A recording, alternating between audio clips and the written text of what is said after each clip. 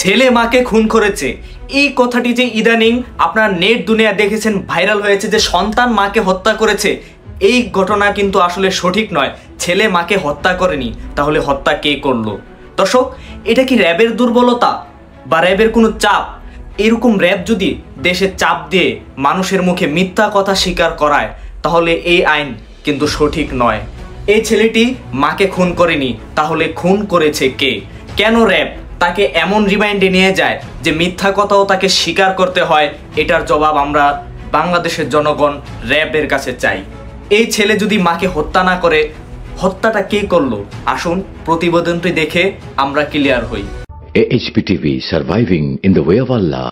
বগুড়ায় মা হত্যার দায়ে ছেলে গ্রেফতারের ঘটনা নতুন মোড় নিয়েছে। ছেলে নয়, বাড়ির ভাড়াটিয়ার হাতে খুন হতে হয় উম্মে সালমাকে।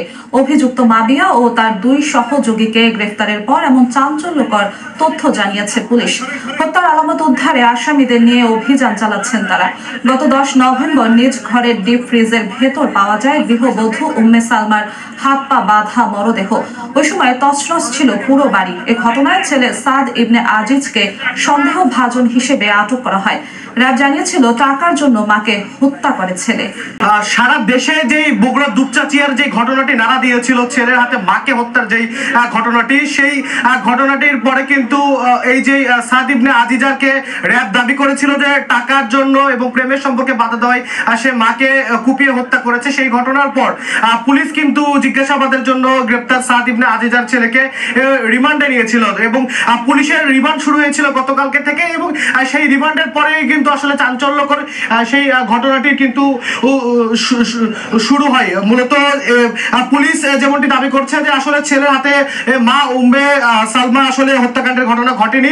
মূলত যে উম্মে সালমা গৃহবধূ, তাদের যে 4তলা বাড়ি বগুড়া দুপচাচিয়া এলাকার আর জয়পুর পাড়ায়, সেই জয়পুর পাড়ায় 4তলা বাড়িতে এই যে মাবিয়া নামের এক মহিলা ভাড়া থাকতেন। তিনি ওই বাড়িতে বাড়ি ভাড়া নিয়ে অনৈতিক কার্যক্রম চালাতেন এবং সেই বিষয়টি আসলে এই যে মাবিয়া যে আসামি, তার এই যে অনৈতিক কার্যক্রমের বিষয়টি গৃহবধূ উম্মে সালমা জেনে যাওয়ার কারণে সে তার যে অন্য 2 সহযোগী মুসলিম এবং সুমন চন্দ্র, তাদেরকে নিয়ে কিন্তু আসলে এই গৃহবধূ উম্মে সালমাকে হত্যা করে। এবং আপনারা এই মুহূর্তে দেখতে পাচ্ছেন যে মাবিয়া এই হত্যাকাণ্ডের সাথে জড়িত ও তাকে পুলিশ যে ঘটনাস্থল সেখানে নিয়ে এসেছে এবং তাকে নিয়ে কিন্তু তাদের যে আলামত উদ্ধারের যে অভিযানটি সেটা কিন্তু তারা কিন্তু চালাচ্ছে। এবং এর আগেও আমরা দেখেছি যে তালুচ এলাকা থেকে দুপচাচিয়ার সেখান থেকে যে আরেকজন অভিযুক্ত সুমন চন্দ্র, তাকেও কিন্তু আসলে পুলিশ গ্রেফতার করে কিছুক্ষণ আগেই থানা হেফাজতে নিয়েছে।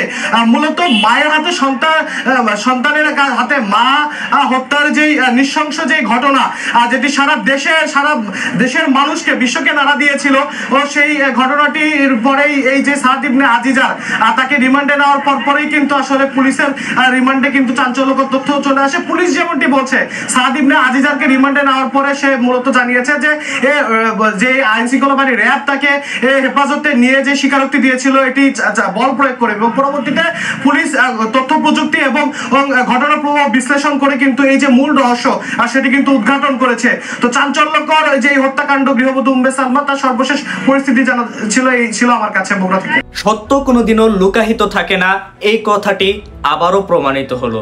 দর্শক, আপনারা দেখতে পেলেন খুন করেছে এই হিন্দু সুমন চন্দ্র, অথচ ফাঁসিয়ে দেওয়া হচ্ছে মাদ্রাসার ছেলে সাদকে।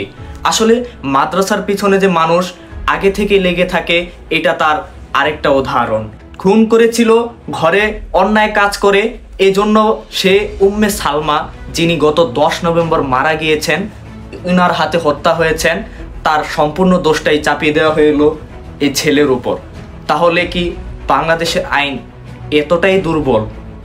এই প্রশ্নটা থাকবে দর্শক আপনাদের কাছে, অবশ্যই কমেন্ট বক্সে জানাবেন। আজকের এই ঘটনাটি দেখে রাসূল সাল্লাল্লাহু আলাইহি সাল্লামের সেই হাদিসটির কথা মনে পড়ে গেল, যে হাদিসে রাসূল সাল্লাল্লাহু আলাইহি সাল্লাম বলেছিলেন, যাহা শোনো তাহা বলিতে থাকা কোনো মিথ্যাবাদী হইবার জন্য যথেষ্ট।